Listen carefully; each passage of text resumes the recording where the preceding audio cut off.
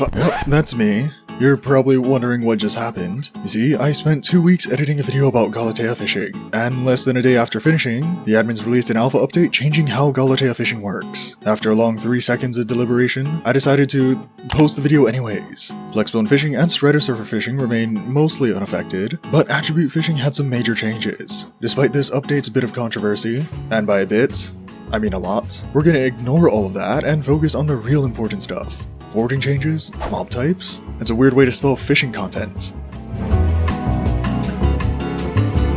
When catching sea creatures in Galatea, you will now only catch Galatea sea creatures. Anything in the standard water fishing pool can no longer be caught here. A new Galatea sea creature was also added. The Bogged is an aquatic skeletal sea creature unlocked at fishing level 5. It drops mangrove and sea loomies, but most importantly, you can hunt it for the Creature Fisher attribute, which replaces the Archer's Monster Bait attribute. At level 10, it grants +5 sea creature chance. Now, I mentioned the Bog being aquatic and skeletal.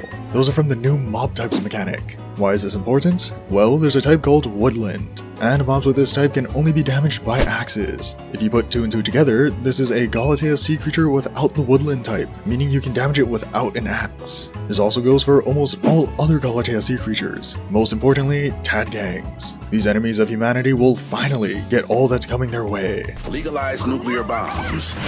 Don't worry, they deserve it. As for some other changes, Titanoboas can now be hunted for the Bayou Biter attribute, granting up to +5 double hook chance in the bayou. Essentially the water equivalent of Crimson Hook. Flex bones are now on Bazaar. What about wet water gill membrane and sturdy bone? Good question. Abyssal armor includes M skulls in its crafting recipe, so for anyone wanting a max treasure chance, get ready to spend an additional 32 mil. Simply because. Getting multiple shards also multiplies the points you get towards Agatha's contest. If you have high enough hunter fortune, you can guarantee double shards with a chance to get triple shards. Because of this, I could consistently reach legendary bracket from fishing, of all things, even though the points rec was upped from 1,500 to 5,000. Yeah, that's a topic for another time. The Impaling enchant now goes up to tier 5, and has been adjusted to fit the new mob types mechanic. Unfortunately, this also means it doesn't work on lava sea creatures, since those are considered magmatic. Go upvote my thread on the forums, so admins hopefully catch sight of it and hopefully fix it. And that's everything fishing related from the new update. Probably. I may or may not have missed something, so I'll link the update thread down below. Go check it out for yourself if you want to see the other changes too. But before you do, it is now Like I said, I was already testing attribute fishing, but then the update dropped, so I'm doing it again. I'm also slightly less bad at the game this time, and slightly more poor. Let me just say these attributes have already paid themselves back several times over.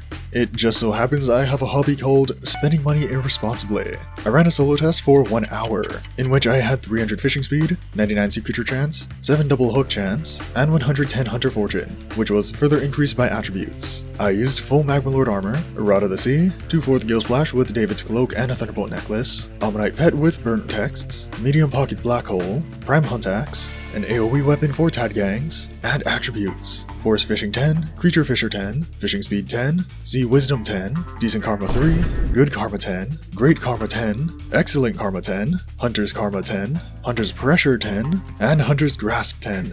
Don't ask why Decent Karma of all things is at level 3. In 1 hour of Galatea attribute fishing, I got 62,000 mangrove, 6.7 sea loomies, 25 wet water, 39 gill membrane, 4 M skulls, 942 bog shards, 249 Tad gang shards, 67 ent shards, 25 Loke M shards, 2 mob the fish, and 552,000 fishing XP. For bestiary, I got 445 bogs, 265 wet wings, 113 Tad gangs, some amount of ents, and 10 lock emps.